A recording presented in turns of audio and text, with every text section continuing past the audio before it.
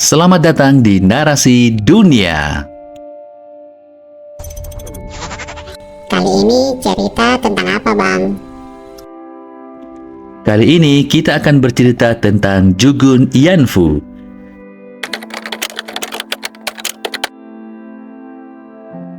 Jugun Yanfu adalah istilah dalam bahasa Jepang yang berarti perempuan penghibur militer. Istilah ini merujuk pada perempuan-perempuan yang dipaksa menjadi budak seks oleh tentara Kaisaran Jepang selama Perang Dunia II, termasuk selama pendudukan Jepang di Indonesia pada tahun 1942 sampai 1945. Praktik ini dilakukan untuk melayani kebutuhan tentara Jepang yang menyebabkan trauma dan penderitaan luar biasa bagi ribuan perempuan di Asia, termasuk Indonesia. Seiring dengan ekspansi militer Jepang di Asia, kebutuhan logistik dan moral bagi tentara mereka meningkat. Pemerintah Jepang khawatir moral prajuritnya akan menurun akibat jauh dari rumah dan kurangnya akses ke hiburan. Untuk mengatasi hal ini, militer Jepang menciptakan sistem rumah bordil militer atau yang dikenal sebagai Ianjo, di mana perempuan-perempuan di seluruh wilayah jajahan dipaksa bekerja sebagai Jugun Yanfu. Pada awalnya, pemerintah Jepang merekrut perempuan melalui iklan yang menjanjikan pekerjaan dengan upah besar, seperti menjadi pekerja pabrik atau pelayan. Namun, banyak perempuan yang kemudian dipaksa masuk ke dalam rumah bordil militer dengan ancaman atau penipuan. Selain itu, tak sedikit perempuan yang diculik langsung dari desa-desa mereka. Bagi para perempuan yang menjadi Jugun Yanfu, kehidupan sehari-hari adalah siksaan yang tak berkesudahan. Setelah dibawa ke rumah bordil militer atau kem-kem tentara, mereka dihadapkan pada realitas yang jauh dari apa yang pernah mereka bayangkan. Jugun Yanfu tidak hanya kehilangan kebebasan dan martabat mereka, tetapi juga diseret ke dalam lingkungan kekerasan yang sangat brutal. Setiap hari adalah pengingat akan ketidakberdayaan mereka di bawah kekuasaan militer Jepang. Kebanyakan perempuan yang dijadikan Jugun Yanfu berasal dari desa-desa kecil dan pedesaan terpencil. Ketika diculik atau ditipu dengan janji pekerjaan, mereka diangkut dari kampung halaman mereka, terkadang melintasi ratusan kilometer untuk ditempatkan di rumah bordil militer. Dalam perjalanan ini, mereka seringkali dipaksa untuk berjalan kaki atau diangkut dengan truk militer bersama para perempuan lain yang juga dijadikan budak seks. Setibanya di tempat tujuan, mereka dipisahkan dari keluarga dan orang-orang yang mereka kenal dan dihadapkan pada lingkungan asing yang penuh ancaman. Banyak dari mereka yang masih sangat muda, tidak mengerti apa yang sedang terjadi, dan ketakutan menghadapi masa depan.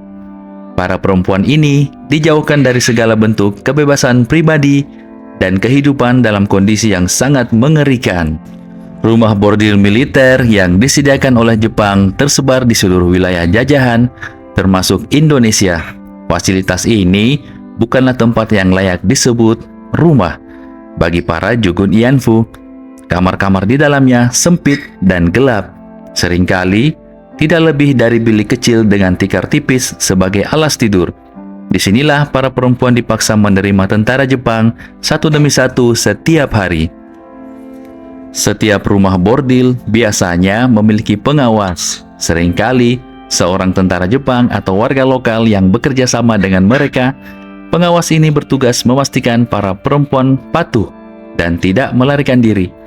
Mereka diawasi secara ketat dan jarang sekali diizinkan keluar dari bangunan tempat mereka ditahan.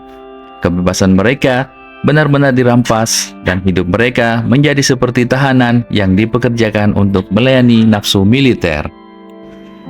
Setiap hari, para Jugun Yanfu harus menghadapi tentara-tentara Jepang yang datang ke rumah bordil. Para perempuan ini dipaksa melayani banyak tentara dalam satu hari. Mereka seringkali diperlakukan dengan sangat kasar, dipukuli, atau bahkan disiksa jika menunjukkan tanda-tanda perlawanan atau tidak melayani dengan baik. Beberapa di antaranya harus melayani 20 hingga 30 tentara dalam sehari yang menyebabkan kelelahan fisik yang luar biasa. Penderitaan fisik ini diperparah dengan kondisi kesehatan yang buruk karena minimnya perawatan medis dan lingkungan yang tidak higienis. Banyak dari mereka menderita penyakit menular seksual, infeksi, dan cedera akibat kekerasan. Beberapa perempuan menderita luka fisik yang parah.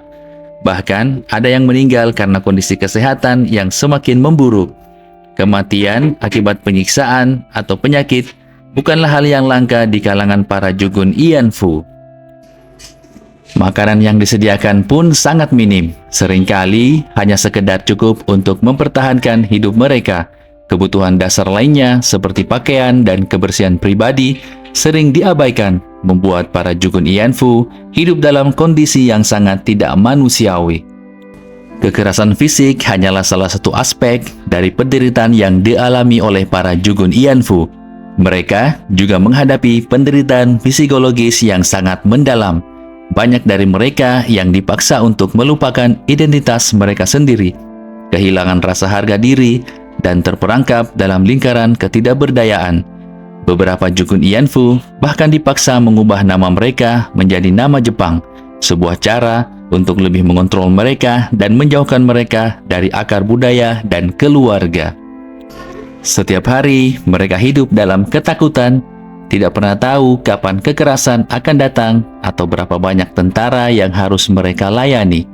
Ketakutan akan dipukul atau disiksa jika dianggap tidak patuh adalah beban psikologis yang terus-menerus mereka rasakan. Beberapa perempuan tidak bisa bertahan dari tekanan mental ini dan memilih untuk bunuh diri, meskipun akses untuk melakukan hal tersebut seringkali sangat terbatas.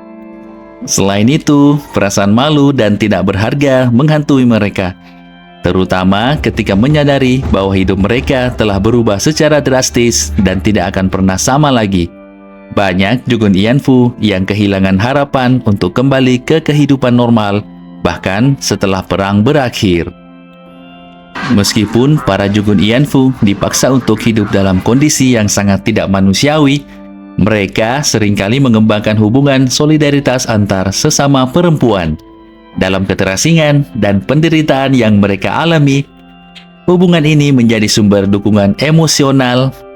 Mereka berbagi cerita, menghibur satu sama lain, dan mencoba bertahan bersama-sama di tengah kekerasan yang mereka hadapi setiap hari. Beberapa Jugun Ianfu berusaha saling membantu, misalnya dengan berbagi sedikit makanan yang mereka miliki atau merawat satu sama lain ketika salah satu dari mereka sakit. Ikatan solidaritas ini seringkali muncul menjadi satu-satunya bentuk kenyamanan di tengah penderitaan yang begitu besar. Namun, hubungan ini tidak selalu berjalan mulus.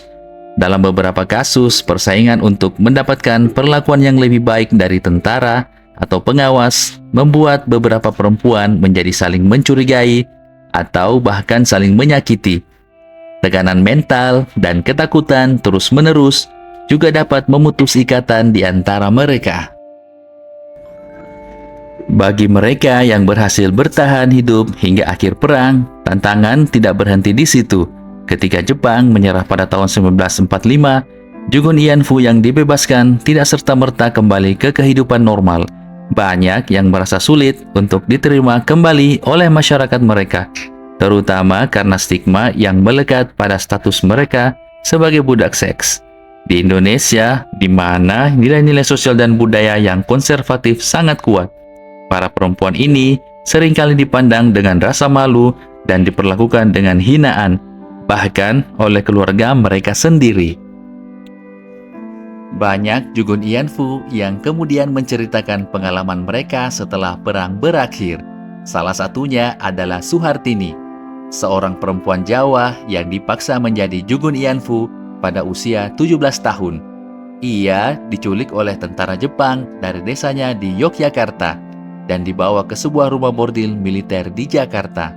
Selama lebih dari 2 tahun, ia dipaksa melayani tentara Jepang di sana, menghadapi kekerasan fisik dan psikologis setiap hari. Suhartini menceritakan bagaimana ia kehilangan kehormatan dan martabatnya sebagai perempuan. Ia mengalami trauma yang dalam dan setelah perang, ia merasa sulit untuk kembali ke kehidupan normal karena stigma yang ia hadapi dari masyarakat sekitar.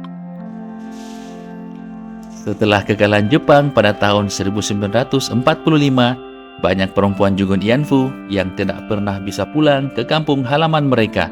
Sebagian besar dari mereka mengalami trauma psikologis, penyakit menular seksual, dan tidak bisa menikah atau membangun kembali kehidupan normal yang mereka dambakan. Di banyak negara, termasuk Indonesia, korban Jugun Ianfu seringkali diabaikan oleh masyarakat dan pemerintah, yang membuat mereka sulit mendapatkan bantuan dan dukungan. Kisah Jugun Ianfu adalah salah satu episode paling kejam dalam sejarah pendudukan Jepang di Indonesia. Ini adalah kisah tentang penderitaan yang tak terkatakan, ketidakadilan, dan ketahanan para perempuan yang menjadi korban. Hingga hari ini, perjuangan mereka untuk pengakuan dan keadilan masih berlanjut, sebagai pengingat akan pentingnya melindungi hak asasi manusia dan memastikan bahwa kekejaman seperti ini tidak pernah terulang. Jangan lupa subscribe, like, dan bunyikan loncengnya ya. Sampai ketemu lagi di cerita berikutnya, Narasi Dunia.